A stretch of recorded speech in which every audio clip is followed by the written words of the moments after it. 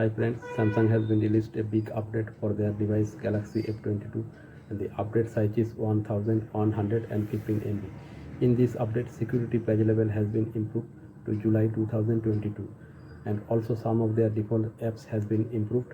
So let's see what is in update.